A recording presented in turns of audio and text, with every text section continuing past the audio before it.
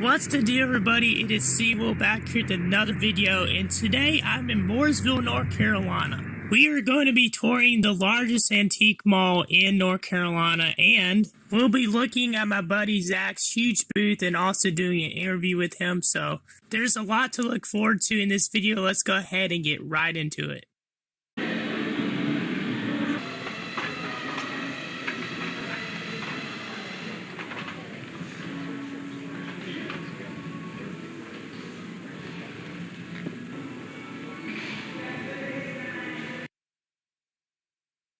There's Tim Richmond and Daryl Waltrip. And oh yeah, some of the classic cars. And there's that Jeff Gordon one down there. I love that scheme. That Jeff Gordon Pepsi, the Pepsi one. Yeah. Such a beautiful and the weird one is they changed the font on that for some reason. I don't know, because it's a Busch car, I guess, but it's not the regular 24. Those were from '98 or so. Every single different kind of. Yeah, I have a 164 of that and that. The John Deere one. Yeah. I don't collect many 124s just because of the price, and I mean a lot of them you have right here though are cheap. Just $5. I mean, yeah, because boomers who boomers who price these things think they're worth $1 million. When I mean, like I said, I price them at what they sell at, and they sell at $5. And I mean, if they were worth more than $5, then why are they still here for $5? You know, so. Every time I stock some of these, I take my fingers and I squeeze them, because sometimes they can crack so bad that you can like crunch them with your hand, because the metal is just so, I don't know, whatever kind of metal they used back in the day, it just doesn't last if it's not stored properly or whatever. Gotcha. And even some Hot Wheels have been like that. There's only like a certain line of Hot Wheels. Some packaging has the year. Hell, some of the packaging doesn't even have a driver. Like, I mean, if you don't know your history, you know, you're gonna have a hard time figuring out who that is, if it's Kenny Wallace or Bobby Hamilton. So it's just all kind of a mess sometimes. But some packaging does it a lot better than some of the older stuff. I think it's really neat. You have, as I mentioned, all the different years, but as you go along, you could see from the 50s, 60s, 70s onwards. Yeah, I got so many different sections. Like, I got some Johnny Lightnings up there. That's barely what they made in NASCAR, but they made some. You got Hot Wheels, Racing Champions, Winter Circle, Team Caliber, Motorsports Authentics, Revel, and then a couple other random brands. So, gosh, it's a mess. They made so much back in the day. But yeah, I probably got at least one car from every era, at least. I mean, like the oldest diecast I think I have, or oldest as in oldest car is they made this 3-pack here, and that little Ford Coupe in the middle is a diecast of Bill France. This is the first like race car or what he raced at Daytona on the beaches before NASCAR was even a thing. Only time they ever made a Bill France diecast, but that's really cool. Yeah, I mean, I got the classics, like some late 80s Monte Carlo, the Aero Coupes, and a lot of the Dale movie or documentary sets. There's the Daytona 500 win. The only way to get a race version is in this line right here.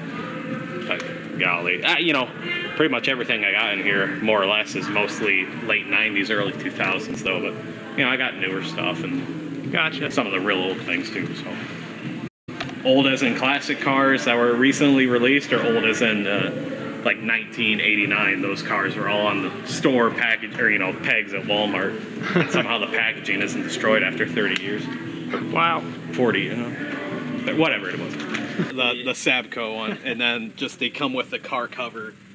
That's cool. I've never seen that before. Rubber tires, opening hood. Like, this is super good quality. I love these cars. I mean, Racing Champions, some of their stuff is a little. Oh, here we go. Here's the both the Bobby Hamilton cars. Huh. So they're just like little variations, but one comes with the cover, one without. Yeah, it's so cool. I've always been a fan of the patriotic cars. Yeah, I mean, I love the Elliott Sadler ones. Those ones are really cool. Just the red, white, and blue M&Ms, and yeah, you can find a patriotic scheme like all throughout this booth everywhere. Every team seemed to run one back in the day. So just some of the releases are so cool back in the day. And then you know, the modern day chase pieces, you get a car that is like a liquid color or something. So back in the day, what they do is they'd add in a little card, and this has a little piece of sheet metal or fire suit, whatever. So these were the chase pieces back in the day. So I got a few of those too. Oh, it's just so cool. And this was like the peak of, in my opinion. Yeah. I mean, somebody else can say whatever year, or 2011, 12. Those cars get really valuable, and they're pretty. A lot of people collect them too. They're really good. So, you know, it's just. But that's my opinion. I'm just attached to this section, but. And I had a little bit of everything. I had the Racing Champions. I had the Hot Wheels. Had some of these cars. Everything. This is like the beginning of Winter Circle, so I kind of got at a range where it looks like there's a huge variety, but this is basically the Dale Earnhardt line, because they made every single Dale Earnhardt scheme ever. yeah, they really did. And then they slowly trickled in like Rusty Wallace and Darrell Waltrip and Mayfield and whoever else, but golly, they made a lot of those cars back in the day. It has to be very new to like set this all up and be able to like present it the way that you have it, because I mean it's. Yeah. Well, I mean, every Saturday I come in, it's absolutely destroyed because that's retail. Oh, I know. Yeah. I know. Yeah. But no, I mean, I just planned it out how I was gonna. Like, I had a small little booth, and then I expanded, then I cut that one off. Now it's this one up to this yellow line. Oh yeah. And then I kicked the wall down because somebody behind me moved out, and I made it this way so you can cut through. And I planned out everything. This was the 124 scale wall. This is gonna have Hot Wheels. Racing Champions, Winter Circle, you know, whatever. No, I did. But, I appreciate like just the overall like the organization and all that, because like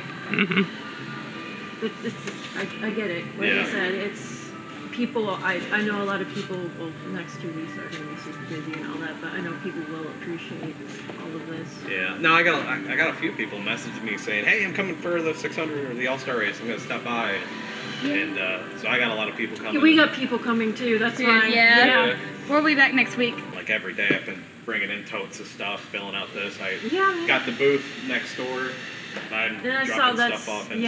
Saw that, and it's just I appreciate it, because like I said, just like I can tell you've done like not just like the research, but you've like gone enough in depth with that kind of stuff, because like it is. Like I said, I was overhearing it is kind of a pain in the butt to like be able to like differentiate like the different like lines and all that, because some of that stuff is really vague / like obscure too. It's just, well, I mean, you know, it's funny. I moved down here and I want to be on a race team, and then I did that for like a year and 2 years, and I just wasn't having fun. I get it, man. And then, so I was like, what do I? Dorman just did. Work with JD. It's definitely not a ideal situation. Well, you know, I worked on cars a little bit, but I mean, I collected toys and played with them a lot more, so I knew a lot more about this stuff. So I was like, well, what can I do down here? I can't believe there's not an official like diecast store here in the central of NASCAR. There's the Lionel store and Scott's Collectibles, but it's not as in depth as you think it would be. Exactly. Yeah. But this is really in depth, and it's, as you said, well organized. It's amazing. No, like I said, it's actually a little more sloppy than I like it. I usually have this all organized, but I'm not. Like I said, it's easy to go through. Yeah. The hardest part is when I bring in another a number 10 and I have to put it here, so I have to move everything. Yeah. That's the only downside. Dang it, Bacon Man! Oh, jeez. I can't believe how many people I run into that, you know, oh, you know what, I'm working on the box for this team. Oh, I designed this scheme for that guy. And well, the one friend that we have that's coming next week, he's done a lot of like the designs for several of the drivers, and he's. Yeah. Like I said, and how we met a lot of the drivers is through the pandemic and all that, and iRacing. That's literally how all of us met. I'm still working on a few things in the future. I'd like to have like a physical store, as in like on Main Street. I'm really working on that. That's the end goal. And I don't know.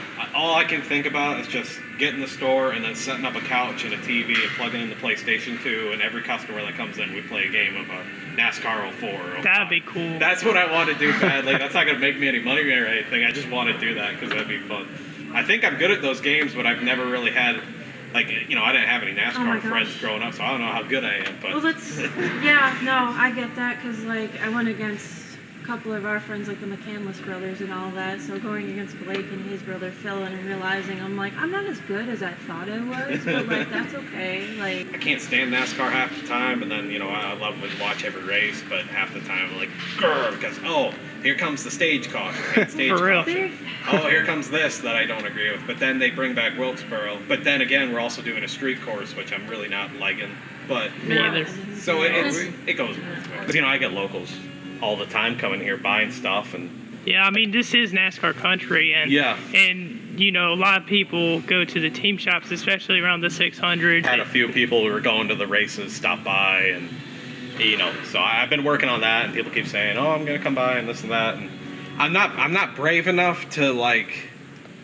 Well, I keep thinking about printing a bunch of brochures and then going to the fan days and be like, "Hey, Junior Motorsports, hey, I'm 10 minutes away. Stop by my booth. I got Diecast," and just go down the line. I don't know if I'm brave enough to do that, but you got to get out there and advertise or whatever. And I do a pretty good job of that already. But I mean, if people are going to be here and they're looking to spend, they save all year to come to this race, and they got thousands of dollars to spend on merch, M&M schemes. But gosh, every year they make something really cool. Yeah. Well, as we go down through here, there's... This is a really cool booth already. This guy's got a lot of programs and old. Yeah, I love programs. I like to collect old NASCAR programs from different years. A bunch of. I got the original, the first Southern 500 program. And Where did you find that? I found it on eBay, and the guy didn't list it properly. He didn't even it was Darlington, something magazine, and it was. And then I look at it, it's like, wait a second, that's and no one else bid on it, and I got it, and then I got it here or home, and golly, the thing was coming up. It wasn't coming apart, but you could see the wear on it. It was just, I'm trying to get all the Southern 500 programs, all the old stuff.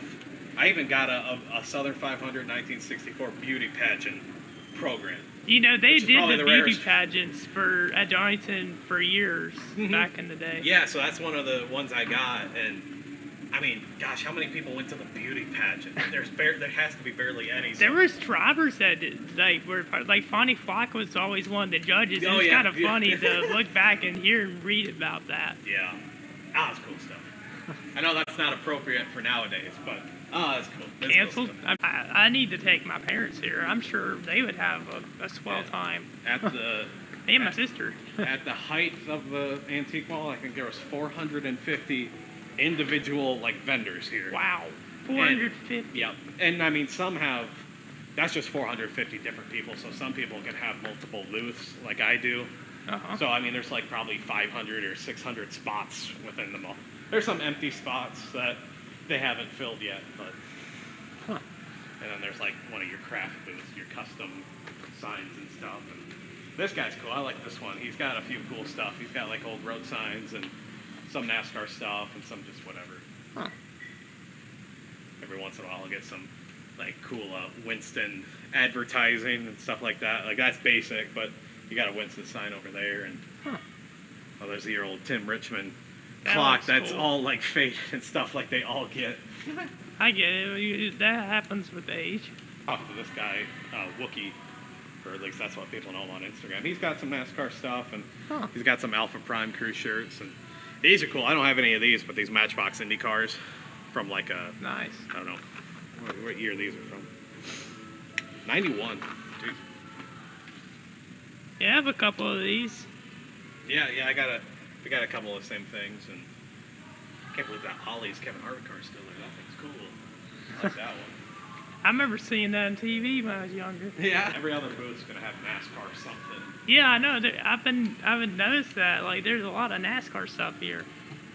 There's programs here. Nice. Yeah, they got. I'm a big program collector, so. They got some hero cars. Well, not many, too much anymore, and a few other Diecast and patches and whatever else. It's kind of mixed all throughout.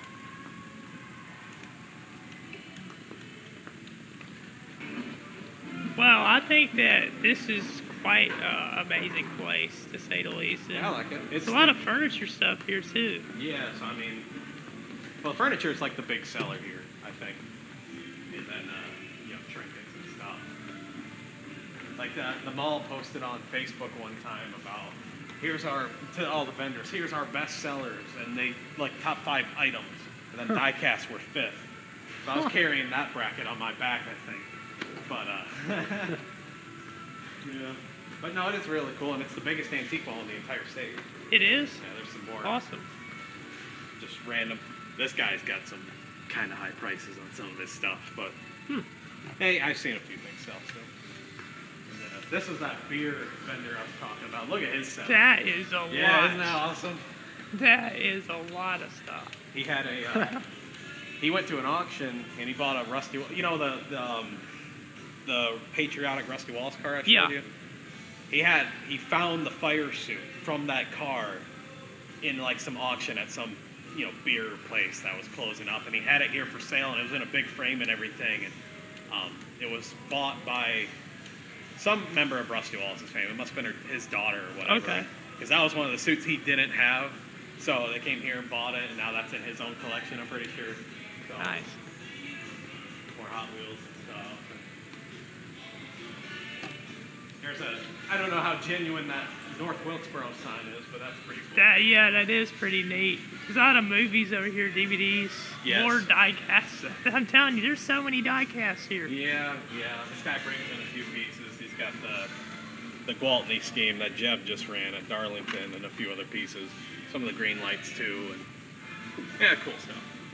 He had a big IndyCar wing here. He must have sold it. Huh. An IndyCar wing, like what type of wing? Like the front nose.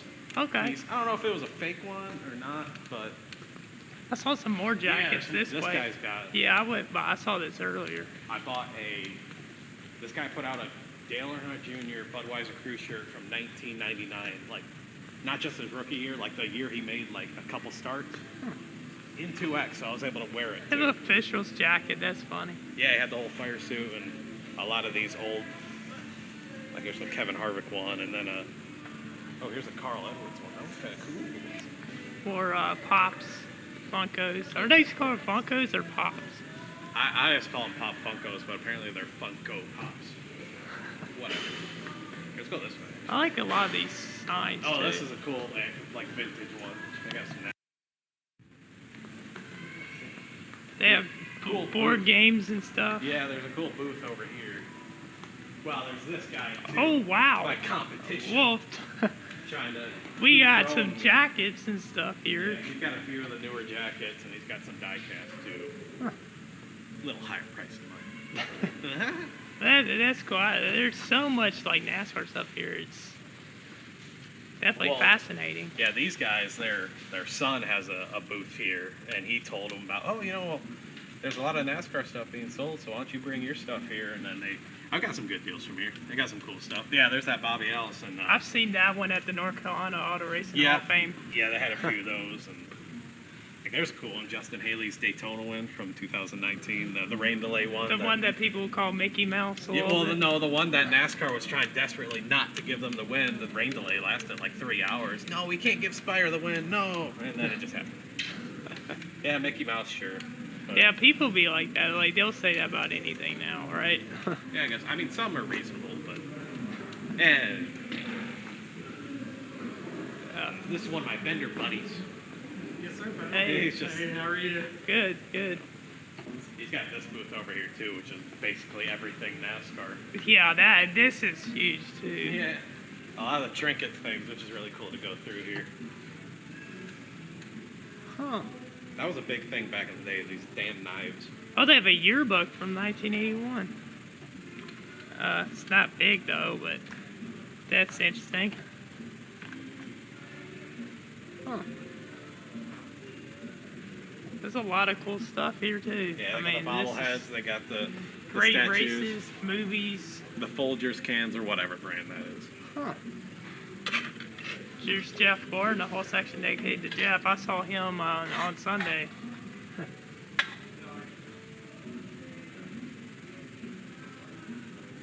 All the generic NASCAR fabric that they sell in Walmart. It's like their newer section they just opened up a little bit ago. And they got, they're trying to Guns N' Roses flags and stuff. Yeah. And bottle caps. Yeah, what the hell they got? Oh, they're all like boxes and stuff. Yeah, you get a lot of these record, whatever you call it, vendors with all the records and stuff. Look at that alien.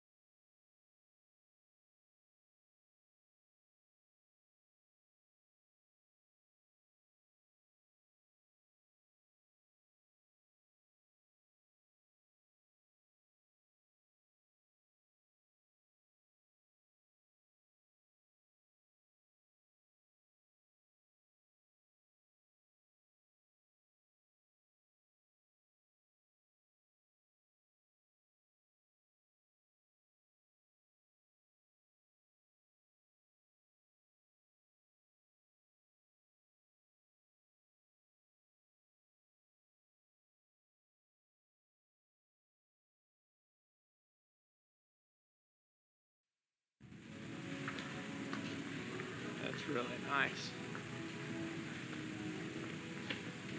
Like the Star Wars guy. The action figures. Yeah, and he's got like the cool, like high-end stuff, like all the Black Series stuff and whatever scales. I don't know the scales, but Huh. Wow. yeah. Yeah, Commander Cody right there. I always loved the color orange, so when the movie came out, he had to be my favorite character. Orange clone? Sweet. And then your Funko, Dunko, whatever. Donko. I don't know. That stuff. I can't knock Funko collectors because I collect toy cars, so. How did your collecting begin? I don't know. I like the color orange. And then my parents got me the Tony Stewart Home Depot cars and all that stuff. And it was like I was indoctrinated by my parents to like NASCAR. I don't know. But every little kid has the little race cars and it's, or gets the video games. The parents will go to the Walmart and they'll be like, what can I get the kid to play on a PlayStation 2 that's not violent like GTA? And the NASCAR games are always the best choice. So that's how I started. I didn't like NASCAR because I didn't get where I'm at because I liked watching the races. It's just because I played with the toys and then the video games. And then one day I gained consciousness and I'm like, oh, maybe I should watch this stuff because my life is dedicated to it.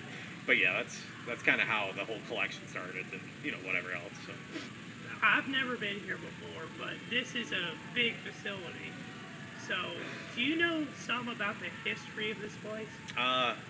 It's an old brick mill. At least that's all. Or I think it's a brick mill, and it might have been a textile mill too, or something like that. They got some old photos up front that I could show you, just of the old layout, and you can see from the sky and everything else. But that's mostly what I know. I mean, yeah, it's just that's the one big factory, and it's funny, you drive around here, like all the houses around here are all the little, like, they're built on top of each other, all the old worker homes or whatever from back in the day. But yeah, I think it was a brick mill, and it's just, one of those big old factories that, I can't remember, I don't know the guy's name, who owns the mill, but he owns the entire facility. So he owns this antique mall, he owns the Barcelona grill restaurant thing next door. Yeah. And then next door he has the pizza place, which and then he's got a few more things over in that area. There's actually a race shop behind this building back there that has a bunch of not NASCAR, it's like Toyota Supras and a few other things. So they're gonna build a beer garden over there, and they got some warehouses that they do stuff at over there. It's just one big huge facility. They're running out of parking spots. Huh.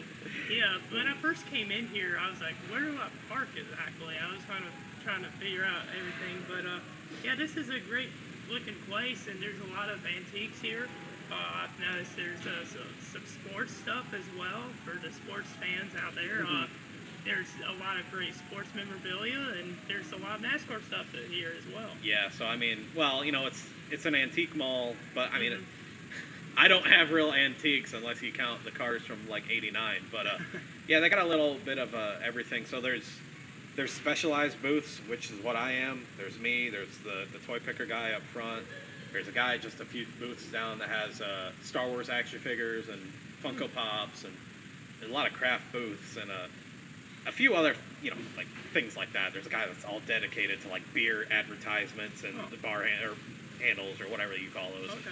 A lot of stuff like that, but you got those guys strategically placed all over, and then you got all the regular antique spots that are just oil cans or decorative nonsense. All the people that live on Lake Norman, they got to get all their fancy antique pieces to hang on the walls or the coffee table.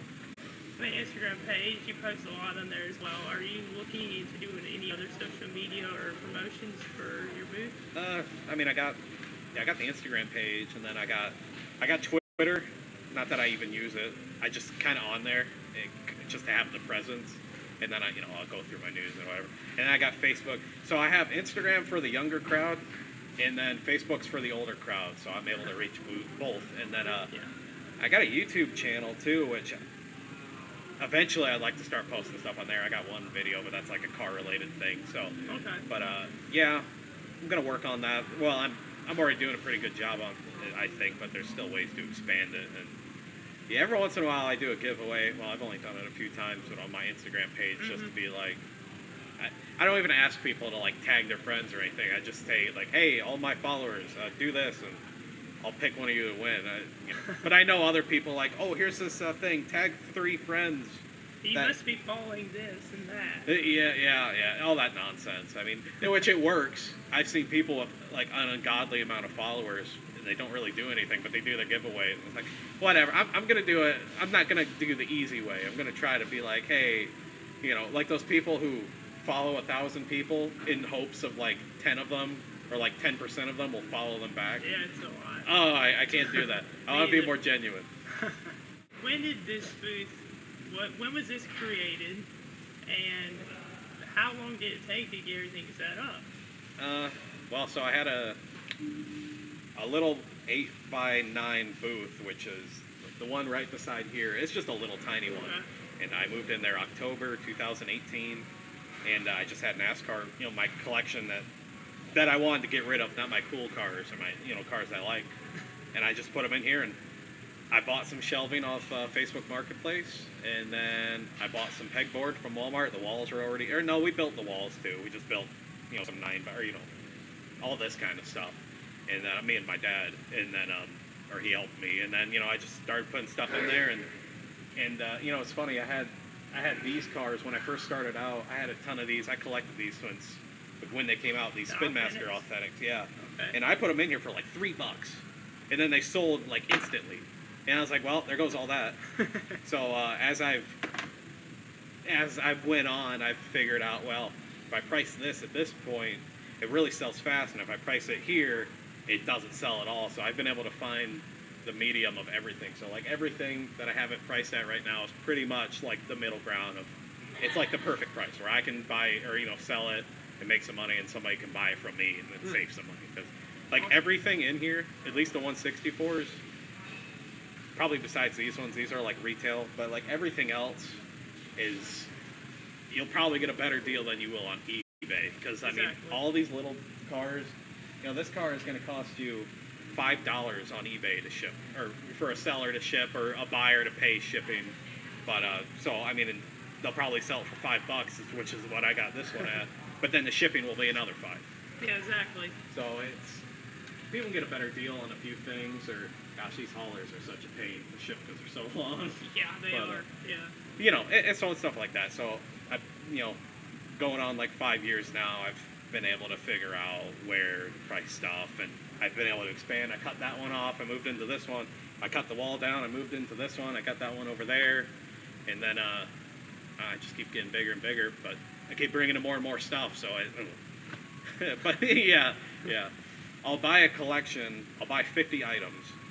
I'll sell like 10 of them, make my money back, and then the other 40 will sit here for however long, and I just keep getting more and more stuff, and I can break even or make a little, and then it just keeps getting bigger and bigger. So I don't know. It's like a disease that kind of infects it. But it works out great. It's awesome. I want more stuff because I want the bigger, like, wow. Like somebody walks in like, wow, look at all this stuff. All the normies who walk by that don't really care, or like all the old grandmas who are buying their furniture or whatever, they'll look in, they'll be like, whoa, look at all the little matchboxes. They don't even call it Hot Wheels, they call it matchboxes. Like, I could get Hot Wheels, I get, but yeah.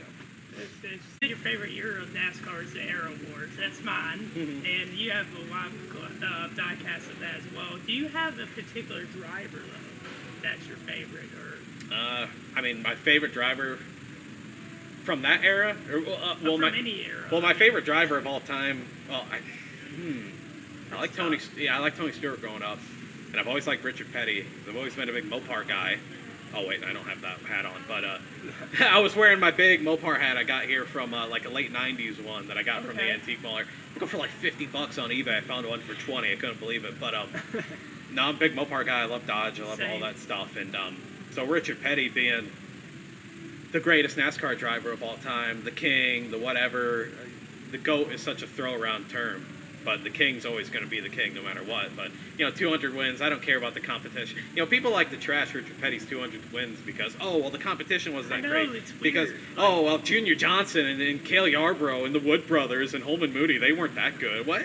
Like, really? Like, what? I mean, there was a lot of talented drivers back then, and you think they were, the equipment that they drove, like, it's way different than now. Yeah.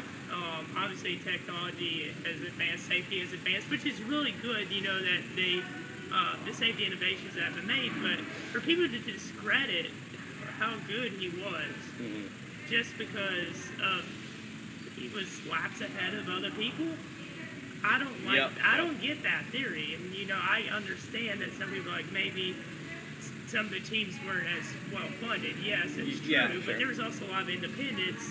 Nowadays, there's no independence. It's all drivers on contracts with teams, and I wish they could go back to allowing independence. Yeah, I mean, it could still happen, but the most ridiculous thing is the charter system that they have. Yeah. Doesn't even allow independent teams like Beard Motorsports, the 62 car. Like, they're gonna, if they went to Daytona and they won the race, they wouldn't get the race winnings. They wouldn't. They only get a baseline of $20,000. That's what. At least I think that's what it is. All the non-charter teams. So they all have to rely on whoever, money out of their pocket or sponsorship money they get. So, yeah, it's kind of a. I mean, people are always like, well, I'd like to go back to the 70s when the cars are real and this stuff. Oh, well, you would like them the leader to lap the field 11 times if they're in a real car that you could buy off the street and they took the interior out and put a roll cage. Yeah, hell yeah, that'd be awesome. That'd be great. I want to see real Dodge Challengers and Mustangs or whatever going at it. That would be so cool. I mean, pack all the safety stuff you can in there. I know it can happen, but not that we even have real stock cars anymore. Now we got this next gen car, which is a whole nother thing. But I don't even know where we were at. What was the topic? If we were talking about Richard Petty. Oh yeah, who's your favorite driver? I like Tony Stewart. His car was orange. I like Richard Petty, Mopar guy. Whatever else, and I mean, Richard Petty's the coolest guy on the planet. I mean, I've met him so many times, and he's just, the cool thing about Richard Petty, and why he's the king or the greatest of all time or whatever this, is that from birth, he's been at the racetrack with Lee, his dad, and to right now when he's like 85, 6 or whatever, he's at the track every week. He's climbing the hauler ladder to get on the roof to watch the race. He doesn't even really have a dog in the fight anymore. He's got the 43, but he barely even has an ownership stake in it, but he's just there all the time, meeting all the fans, this and that. Oh, it's just so cool. And the Allisons, they do a lot of autograph signings still. Like, I mean, I see Bobby Allison, like, almost every year. He's at events. Donnie Allison was there at Darlington, and they had the 75 greatest drivers. I think 30 of the 75 were there, but it was really cool on Sunday to see a lot of the drivers again, and obviously the cars on the track, the stock cars, the stock car classics and HSR. Yep. I mean, it was really cool to be a part of it. Oh yeah, yeah. I went for the truck race. I didn't stake for Xfinity and Cup, but yeah, I saw the videos of all the old cars running on the racetrack, and yeah, Bobby Allison. I mean, every time. He's getting a little older now, so he's using the crawler. But every other time I go to the post office, I see him right there. He gets out of his car, he drops something off, and heads back. He's like, "Oh, hey, there's Bobby Allison. Hey, that's great." But yeah, him and Donnie, yeah, they still sign stuff, and they're one of the more involved. The Allisons are a little bit more involved than some other drivers who. But they all came out. The greatest thing about when we were born is that, when did you start watching NASCAR? I started watching around 2004 because I was born in 2000. Yeah, so I was born in 98, and I started watching around that same time.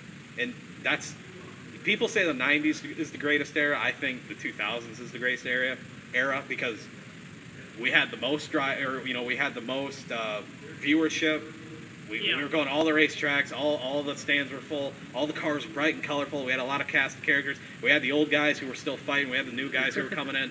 And we had all the old guys, all the Richard Petty and Cale Yarborough and David Pearson. They were still all alive and kicking, and they were at races, and they were able to tell stories. It's just the best time. And now, David Pearson, he passed away.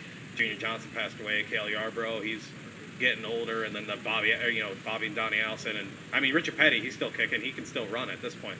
But Bubba, when he finished second at Daytona in 2018, and everyone's crashing everything, and Richard's like running down pit road. He's trying to find his car because everyone's all excited because he just finished second because that team was really tanking at the time. So it's just cool. It's cool stuff. I love Richard and I love all the old guys, and I think we just got out of the golden era and now we're in this era, which I don't know what's happening, but I don't know where we're at. But what do you think about? Well, you said like the 2000s was the best era. I definitely agree with you at some degree because I think one of my favorite years is 2002. I mean, the bodies of those cars are amazing, and I really do enjoy the 2000s stuff. But for me, my personal opinion, I really like the 80s and the 90s more. But then again, everyone has their own opinions, and they are allowed to have their own opinions. Yeah. So, have you had any like NASCAR crew members or drivers or teams even come here? Yeah. Every time I run into someone, it's like, oh, I do data analyst for this guy. I designed the paint scheme for that guy. I did all. Yeah, wow. Everyone who comes here is a crew member, or they're at the.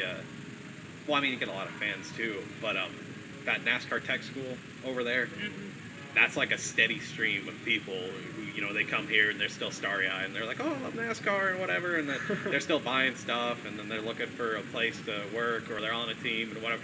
Yeah, I mean a lot of crew members, crew chiefs, not too many drivers yet. Well, I mean, I've met a few lower series guys. The one that comes to mind, I met Raja Karuth. He's come here. Yeah, Raja, he's come here a few times. Gosh, there was a development driver for that German Cup team that's trying to start up. You remember that one? The number 30 car? Number 30. I'd have to look at it. Okay, well, there's a new Cup team they're trying to show up. They ran a late model race. That guy came in, and I think Todd Parrott, who was like the crew chief for Dale Jarrett. Todd. I interviewed him not that long ago. Raja, you mentioned Raja. He's really nice. Yeah, he's cool. I like when drivers are actually fans. It's like he is, or like they collect stuff or something. And, I'm sure some do. It's just kind of not, they're not making videos about their own collection like some of the guys on Instagram. But, I always wonder, like, how many drivers in the field right now, if you walked up and asked them a trivia question, like, who won the first Daytona 500? Or who finished 1-2 in the first Daytona 500? Would they even be able to know? Like, would they be able to say, oh, well, yeah, I know this year. I wonder how they know their history. I know that's not a big thing, but, I mean, they're professional drivers, so they got to focus on being a good driver instead of the history and stuff. But, it's stuff like that.